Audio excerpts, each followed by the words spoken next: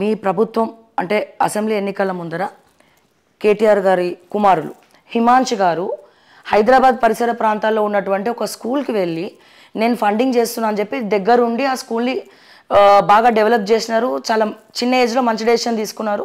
So మేమందరం కూడా morning న్యూస్లో మాట్లాడినాం. కానీ ఇక్కడ వచ్చే ప్రశ్న ఏంటంటే అంటే కేటీఆర్ కుమారుడికే తెలంగాణ గవర్నమెంట్ స్కూల్ నచ్చలేదు, కేసీఆర్ గారు మనవడికే నచ్చలేదు అని చెప్పి మొత్తం కాంట్రవర్సీ అయింది, ట్రోలింగ్ అయింది. నిజంగా వీళ్ళు సరిగ్గా చేస్తుంటే మన ఊరు మన బడి మంచిగా ఉంటే హిమాంష్ ఎందుకు దాన్ని డెవలప్ చేయాలా?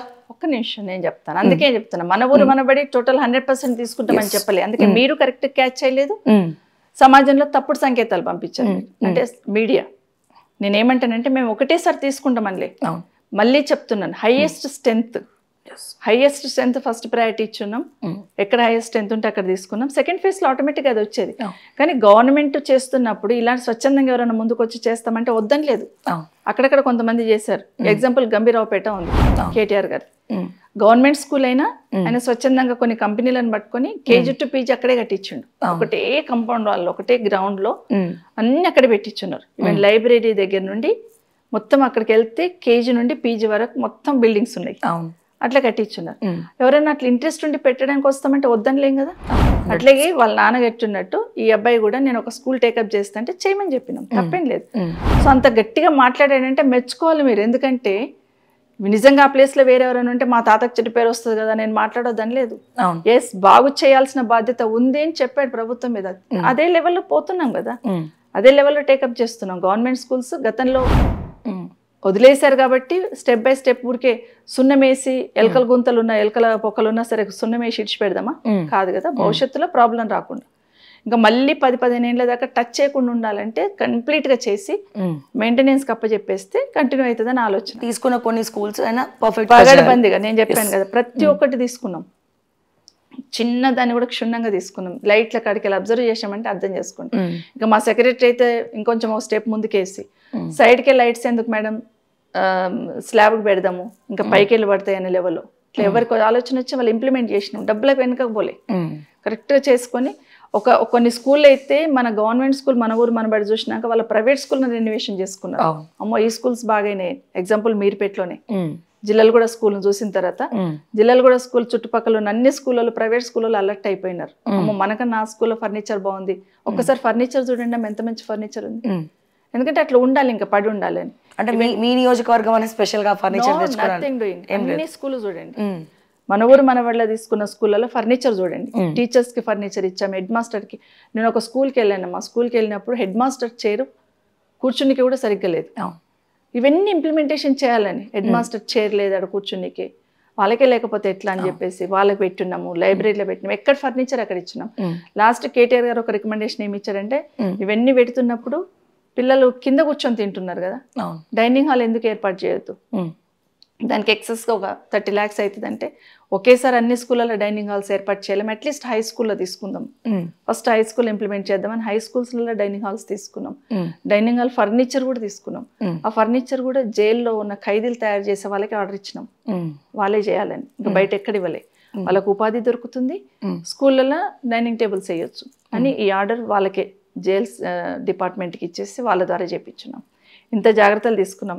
మేమేంటంటే మీరందరూ అప్పుడు నెగిటివ్లో ఉన్నారు, నెగిటివ్ థింకింగ్లో ఉన్నారు, గవర్నమెంట్కి వ్యతిరేకంగా ఉన్నారు. మేము ఏం చెప్పినా మీకు పట్టట్లేదు. ఇప్పుడు వెళ్ళి చెక్ చేయండి. లాస్ట్లో కేసీఆర్ గారు గవర్నమెంట్ ఏం చేసింది స్కూళ్ళలో, ఇప్పుడు వెళ్ళి చెక్ చేయండి. ఫ్యాక్ట్స్ మీకు అర్థమవుతాయి.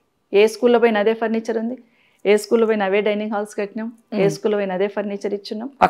పక్క మన ఊరు మన వాళ్ళ టేకప్ చేసిన స్కూల్స్ అన్ని అట్లాగే ఉన్నాయి. అట్లాగే చేయమని అడుగుతున్నాయి ప్రభుత్వాన్ని కూడా. మీరు ఎలా చూస్తారు? అంటే ఈ ప్రభుత్వంలో అసలు విద్యాశాఖ మంత్రి కనపడేయట్లేదు.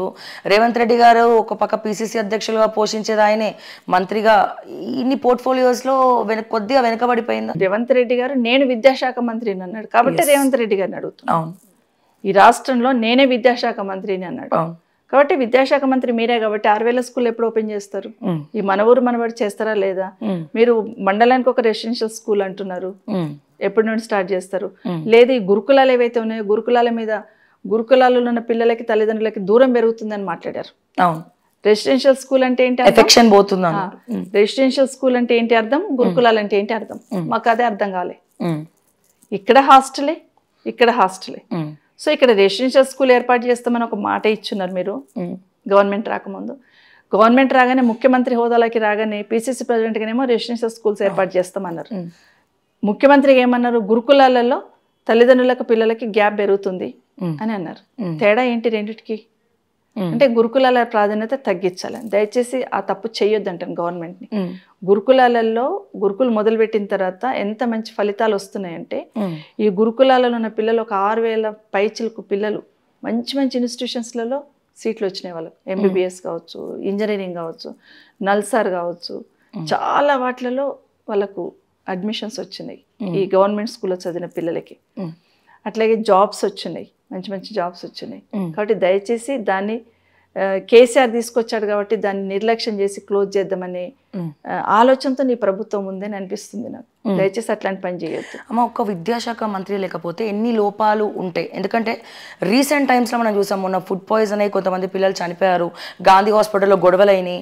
మొన్నటికి కొడంగల్ ముఖ్యమంత్రి గారి నియోజకవర్గంలోనే రోడ్డు మీద కూర్చొని పురుగులన్నం వస్తుందని, పురుగులు వస్తున్నాయి అని చెప్పి, బొద్దింకలు వస్తున్నాయి అని చెప్పి. ఎవ్రీ డే కాదు శ్రావ్య, ఒక రైతు ఏ విధంగా తన పంటను కాపాడుకుంటూ ఎవ్రీ మినిట్ చేసుకుంటూ పోతాడో పిల్లల చదువులు కూడా అట్లే ఉంటాయి. కరోనా వచ్చినప్పుడు ఎంత ఇబ్బంది పడ్డాం. పిల్లల చదువులు వెనక్కిపోవద్దు, గవర్నమెంట్ ఏదో ఒక నిర్ణయం తీసుకోవాలి. ఎంత స్టెప్ వేసి ఆ 2 సంవత్సరాలు పిల్లలు విద్యకు దూరం కాకుండా వాళ్ళని అలర్ట్గా పెట్టినామా లేదా? ఎంత ఆలోచన చేసి వచ్చున్నాం. అందుకే ఎప్పుడైనా కూడా విద్యాశాఖకు సంబంధించి మీరు అన్నట్టు హాస్టల్ ఎప్పుడు ఏం జరుగుతుందో తెలియదు, ఇమీడియట్గా రియాక్ట్ కావాలి. నిజంగా ఫుడ్ సరిగా పెడుతుందా లేదా, పోతుందా లేదా చూసుకోవాలి. కరెక్ట్గా బుక్స్ రీచ్ అయినా లేదా చూసుకోవాలి, టైంకి పోతుందా లేదా చూసుకోవాలి. ఇవన్నీ ఒకదాని తర్వాత ఒకటి అన్ని రివ్యూ చేసుకుంటూ ఉంటాను. ఎవ్రీ డే ఎవ్రీ వీక్ అట్లా రివ్యూ చేసుకొని ఫీడ్బ్యాక్ తీసుకుంటుంటేనే అక్కడక్కడ నడుస్తుంటుంది ఇంతమంది పిల్లలు. అట్లాంటిది ఇప్పుడు గురుకులాల గురించి మాట్లాడుతున్నప్పుడు మరి కేసీఆర్ గారు వచ్చిన తర్వాత గురుకులాలు ఒకటే కాదు, వాటిని అప్గ్రేడ్ చేశారు. మీరు గమనించట్లేదు. ఎందుకంటే ఎంతసేపు కేసీఆర్ బాగా చేయట్లేదు అని కొంతమంది మీడియా, అందులో నువ్వు కూడా. అంటే ఉట్టిగానే అంటలేం కదమ్మా. ఇప్పుడు అక్కడ ఆ సందర్భంలో ఇప్పుడు మీరు ఉన్నారు, మీ నియోజకవర్గంలో స్కూల్స్ మీరు విద్యాశాఖ మంత్రిగా అద్భుతంగా పెట్టుకుంటారు. కానీ అందరం ఎమ్మెల్యేలు అట్లనే తిరగాలి చూడాలంటే కాదు కదా. అన్ని స్కూల్స్ అట్లేగా ఉన్నాయి. ఓవరాల్గా తీసుకున్నాం. కేసీఆర్ వచ్చిన తర్వాత 10 సంవత్సరాలలో విద్యకి ఏం చేయలేదు, విధ్వంసం చేశారని మాట్లాడుతుంటారు. మరి దాదాపుగా 2,500 ఇన్స్టిట్యూషన్స్ పెట్టారు. ఇప్పుడు గురుకులాలు ఒక 1000 పెట్టారు. వాటిని అప్గ్రేడ్ చేశారు. Model schools government central government తీసేస్తే కూడా మళ్ళీ కేసీఆర్ గారు కంటిన్యూ చేశారు. వాటిని అప్గ్రేడ్ చేసుకున్నారు. కస్తూర్బా స్కూల్స్లలో పిల్లలు పాపం 10th క్లోజ్ చేస్తారని వాటిని అప్గ్రేడ్ చేసుకున్నారు. ఇంకా బ్యాలెన్స్ కొన్ని ఉన్నాయి, అవి వాళ్ళు చేయాలి. ఇప్పుడు గవర్నమెంట్ కస్తూర్బా స్కూల్ 400 పైచిలుకుంటే 200 పైచిలుకు చేసినాం, ఇంకా కొన్ని చేయాలి. ఇట్లా ఒకటి కాదు. లా కాలేజీలు ఏర్పాటు చేసిండ్రు గురుకులాలో, ఇంజనీరింగ్ కాలేజ్ నీకు ఒక డాటా ఇస్తాను నేను, ఆశ్చర్యపోతాను అసలు. మన గురుకులాలలో మ్యూజిక్ స్కూల్ కూడా పెట్టారు. మన గురుకులాలలో సైనిక్ స్కూల్స్ పెట్టారు, అన్ని స్కూల్స్ లో ఫ్యాషన్ డిజైన్ పెట్టారు. అంటే ఒక్కొక్క దగ్గర అప్గ్రేడ్ చేసుకుంటూ పోయారు. ఇంటర్మీడియట్ పెట్టిన తర్వాత రొటీన్ ఇంటర్ అని కాకుండా, రొటీన్ గా డిగ్రీ అని కాకుండా ఒక్కొక్కటి స్పెషలైజేషన్. అగ్రికల్చర్ బిఎస్సి పెట్టినాము ఒక 4 అమ్మాయిల కోసం. డిగ్రీ కాలేజెస్ దేశంలో మొట్టమొదటి గురుకుల డిగ్రీ కాలేజ్ అంటే రెసిడెన్షియల్ డిగ్రీ కాలేజ్ మన రాష్ట్రంలో చాలా చేసి ఉన్నాం. బట్ వీటిని మరుగుపరచకుండా ఇంకా వాటిని చేసుకుంటూ పోవాలని ప్రభుత్వాన్ని కేజీ టు పీజీ అంటే ఒకేసారి కాదు, పీజీ కాలేజెస్ 4 పెట్టినాం, 4-5 పెట్టినాం పీజీ కాలేజెస్. కాన్సెప్ట్ ఏంటి? కేజీ టు పీజీ ఒక్కొక్కటి అప్గ్రేడ్ చేసుకుంటూ పోతే కదా అవుతుంది. అది ఆలోచన. ఇప్పుడు రెసిడెన్షియల్ స్కూల్స్ ఒక్క దగ్గర పెడతాము 25 ఎకరాలలో అంటున్నారు. ఈ గురుకులాలలో కూడా అలాగే కట్టండి అంటున్నా నేను. ప్రతి కాన్స్టిట్యున్సీలో 5-6 గురుకులాలు ఉన్నాయి. ఒకే దగ్గర ఒక 25 ఎకరాలు తీసుకొని కట్టడం మొదలు పెట్టండి. అదే ఆలోచనతోనే కేసీఆర్ గారు ఏం చేశారంటే మన పాడి షరీఫ్ దగ్గర ఒక 8 గురుకులాలు ఒక్క దగ్గర ల్యాండ్ ఇచ్చి అమౌంట్ ఇచ్చేసి టెండర్ అయిపోయి వర్క్ స్టార్ట్ చేసే టైంలో ఎలక్షన్స్ వచ్చినాయి. ఇప్పుడు మొన్న పోయి ఈ గవర్నమెంట్ ల్యాండ్ చూసి వచ్చింది సేమ్. అట్లాగే కట్టండి అంటున్నాను. ఓకే. ఇప్పుడు హైదరాబాద్ సిటీలో ల్యాండ్ ఉండదు. ఇప్పుడు చంద్రాయనగుట్ట తర్వాత అక్కడ ఉన్న కాన్స్టిట్యున్సీలలో ల్యాండ్ ఉండదు, కానీ గురుకులాలు శాంక్షన్ ఇచ్చినాం. అవన్నీ తీసుకుపోయి ఎక్కడ కట్టాలి? పక్కనే పాడి షరీఫ్లో ల్యాండ్ ఇచ్చి కట్టి ఉన్నారు. కాబట్టి అట్లా చేయడం మొదలు పెట్టండి. మేము అడిగిన దానికి ఈ గవర్నమెంట్ నుండి రిప్లై లేదు. మొన్న మేము గవ్వే అడిగినాం, ఇవి చేసినాం కదా మీరేం చేస్తారు, అక్కడ నుండి రిప్లై లేదు.